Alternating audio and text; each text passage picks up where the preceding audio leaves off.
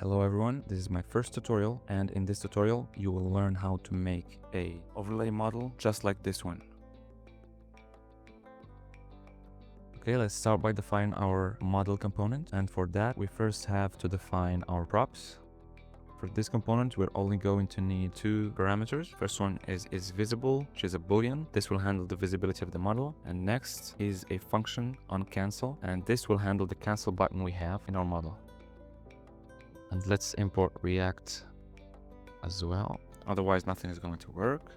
In order to define a custom functional component in React Native with your own props, just have to use this code, react.fc, and then your props. Here we have to deconstruct the props. Then we're just going to define a simple model component. The root has to be our model. The model view takes some props that we'll have to define.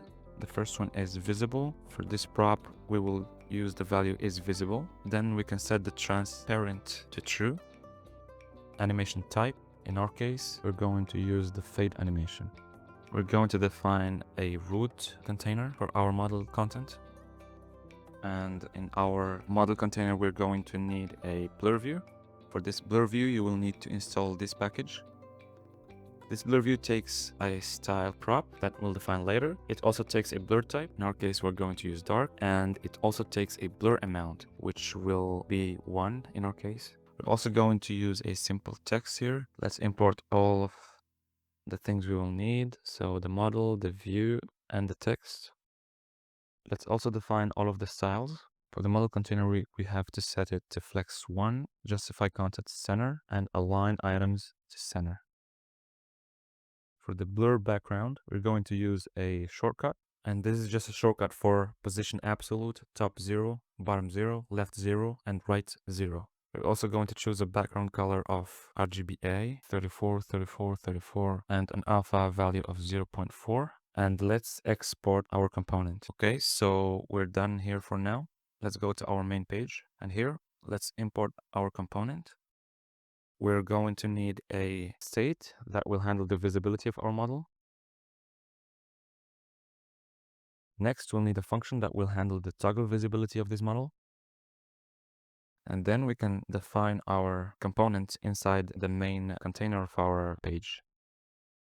And for the props, we have first is visible, which will take the value of our state is play model visible. And then there is the onCancel prop, which will take as value our function toggle model. Also, if you have any animations using reanimated in your component, you will have to wrap your model component inside a view, an empty view.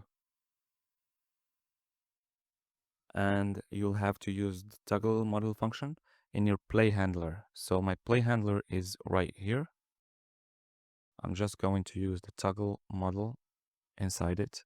And now we can test our overlay, right? So we can see it right here. It blurs the background and shows the simple text we had. And right now we cannot cancel the overlay. So let's start by defining the cancel button. Let's go back to our model. Let's define a touchable opacity button.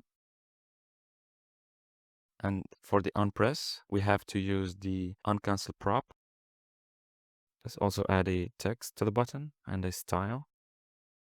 Let's define our styles. For the button cancel, we will use a background color of white. I'm going to use a width of 180, a height of 40, a border radius of 6, and some horizontal padding of 30. For the text of the button, we'll use a color of black, a font size of 20, and a font weight at the value bold. Next, let's try to center the cancel text. So align items center and justify content to center. Okay.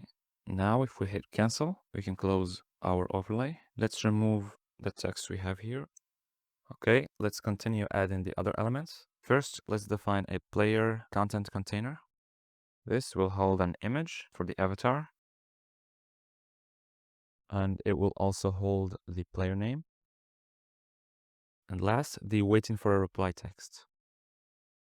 Let's import the image component, and let's also define all of our styles. Let's start by defining the avatar. For the player container, We just need a margin bottom of 60, a justify content of center, and align items of center. Let's define the styles of the text. A color of white, font size of 20, and font weight bold. Let's use the same style for weighting for reply text. And let's just add a margin bottom of 20 for the waiting for reply text. Okay, there you go. This tutorial is finished. If you have any questions or you have any errors during this process, let me know in the comments and I will try my best to answer any questions as soon as possible.